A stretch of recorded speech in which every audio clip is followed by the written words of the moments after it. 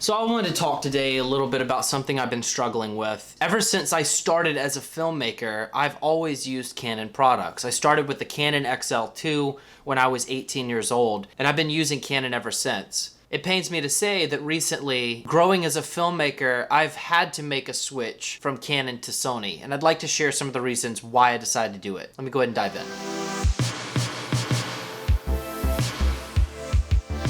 Let me go ahead and preface this by saying that I still use my Canon C100. I use this for a lot of corporate projects, commercial work. I love the Canon C100. The color science on Canon, undeniable. The C100's been great for me. I've loved it. It's absolutely a workhorse, and I still use this and rock a Rokinon Cine lens all day long on this. Just doing run and gun filmmaking with a camera that's small and compact enough, which before my Sony a6300, which I'm filming on now, I was using a Canon T5i. Now I understand that the Sony a6300 and the Canon T5i are two different tiers of camera, but this is coming from when I was actually doing my research, looking for a smaller camera that I can use for my YouTube work and some things for run and gun when I travel, just something that I can pull out, start shooting. And I was looking at the Canon 70 and 80D, and I think those are things that maybe we can agree that the Sony a6300 would be on the same level of. Now, although Sony does not have the flip out screen option on the Sony a6300 or the a7S II,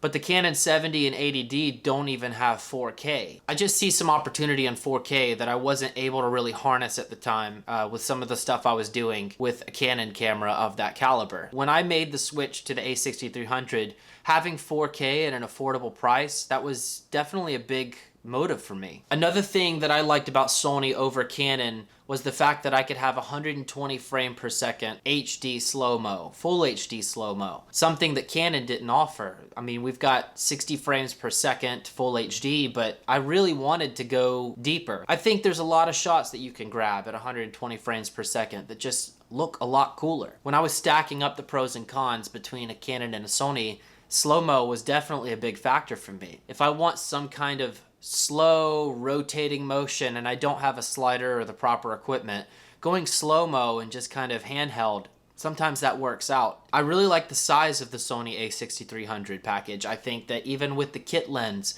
it's a lot smaller than some of the other Canon cameras you're going to get, like the 70 and 80D that are just big bulky DSLR cameras. And I really like the idea of just taking such a powerful camera and being able to put it in to your pocket, quite literally. So I was really excited about the Sony a6300 for that reason. Another thing I liked about this camera in particular is I had a little bit more dynamic range to work with. Mostly I'm referring to the log profiles. The fact that I can get a log profile on a compact camera like the Sony a6300, which offers the S-Log, I really like that ability to get a really nice, clean, professional look from such a small camera. Just kind of getting back into this YouTube thing, I think that this Sony a6300 has really helped me to kind of just go out and create content without much of a setup. As I look right here into this camera, I'm using a tripod with a kickstand, and I'll include the links in this video description.